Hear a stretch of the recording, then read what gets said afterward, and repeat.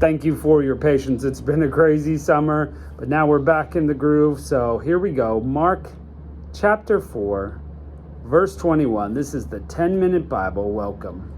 He said to them, "Is a lamp brought to be put under a basket or under a bed? Isn't it put on a stand? For there is nothing hidden except that which should be made known. Neither was anything made a secret, but that it should come to light. If any man has ears, let him hear." Now, of course, the gospel is made to be put out there so everybody can access it. It's made to be the light of the world, the lampstand. And so, the gospel, they were talking about the parable of the seeds last time. And the gospel is to be public, to be shared with everybody. It's not for a secret club. It's made for all. But also, I couldn't help but think, secrets often do come to light. Just as Jesus said, secrets are made to be known. It's hard to hide that. So be sure your secret sins will find you out.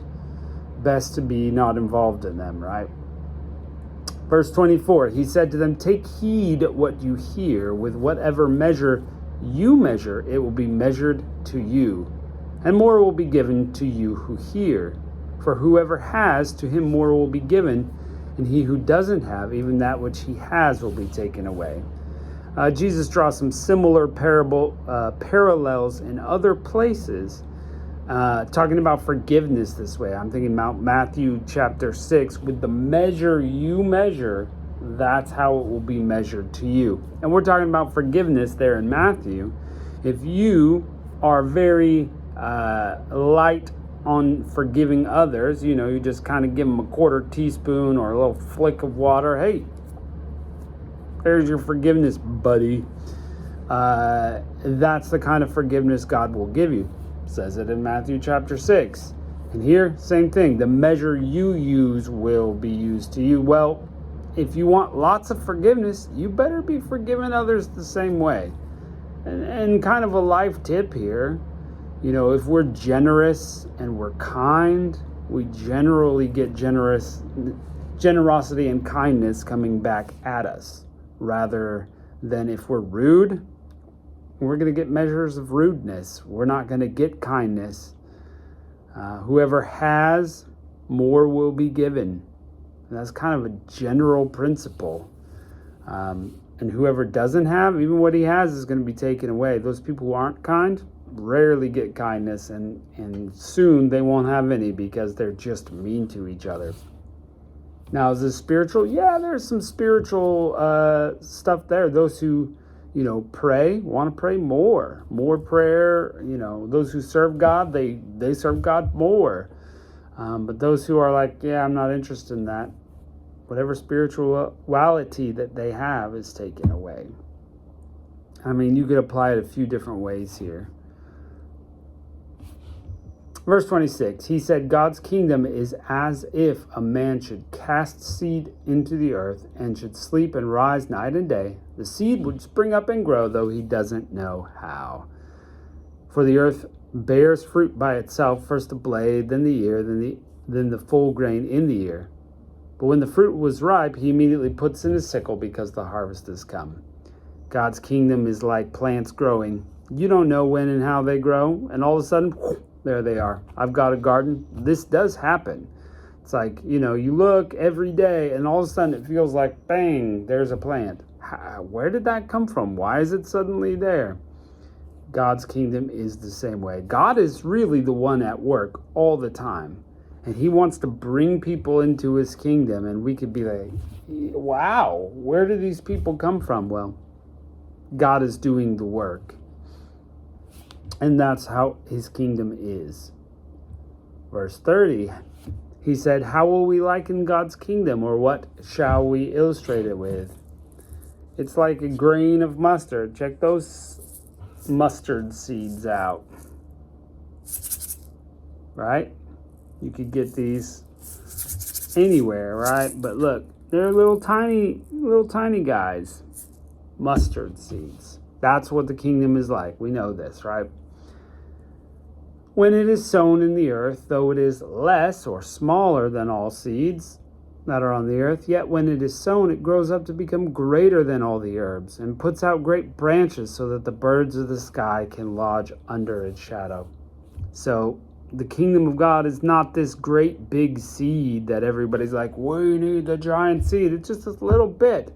All of a sudden, when it's growing, it's got huge branches, and lots of people come and rest in its shade. And to be honest, this is exactly what happens. You know, the church is this small organization. It's humble. There should be people serving each other, and you go, how is this? But then the reach of the church is incredible. We go to different countries. You know, people do charitable work, philanthropic work through the church. I mean, it's pretty incredible. Think about all the hospitals that were formed by Christian organizations. You think about all the mission work, the water wells, all this work of keeping countries in a moral state. That's the purview of the church, and yet is this humble little organization. Mustard seed. So, yeah. Verse 33, with many such parables he spoke a word to them, and when they were able to hear it. Without a parable he didn't speak to them, but privately to his own disciples he explained everything.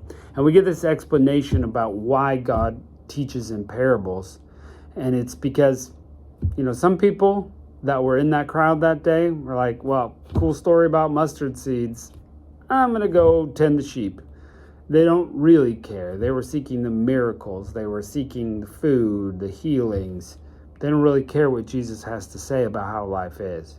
But those who do care are going to dig deeper. Like, what was that story really about?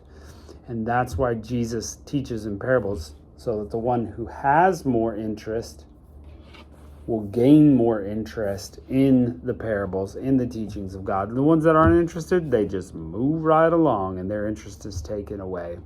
See how it all kind of fits together there. It isn't that God doesn't care about everybody hearing the truth, but just some people don't want to. Pretty wild. On that day, when the evening had come, he said to them, let's go over to the other side. And leaving the multitude, they took him with them. And even as he was in the boat, other small boats were also with him. A big windstorm arose, and the waves beat on the boat so much that the boat was already filled. Can you picture it? All this water coming into the boat and this violent storm. Jesus is in the boat. What's he doing? He himself was in the stern, asleep on a cushion. He's relaxed. He knows God is in control. He didn't have to worry about it. He said to, they woke him up and said, teacher, don't you care that we're dying? He awoke and rebuked the wind and said to the sea, peace, be still. The wind ceased and there was a great calm. And he said to them, why are you so afraid? How is it that you have no faith? They were greatly afraid and said to one another, who then is this that even the wind and the sea obey him? You know, they were afraid of the sea and the storm, panicking, Jesus, help us out, do something. And then Jesus does, and they're even more afraid. Like, wow. Now, I've never seen this where it's like, be calm and still, and the storm goes away. Never seen that. So I imagine it's quite a shock. But now they're afraid. Who is this right here that's with us? He can control storms. It's kind of mind-blowing. Do we have faith in God or don't we? Is he the God that can calm the storm in your life? Of course he is. Of course he is. Well, great chapter. Looking forward to plunging deeper into Mark, and we'll catch you next time.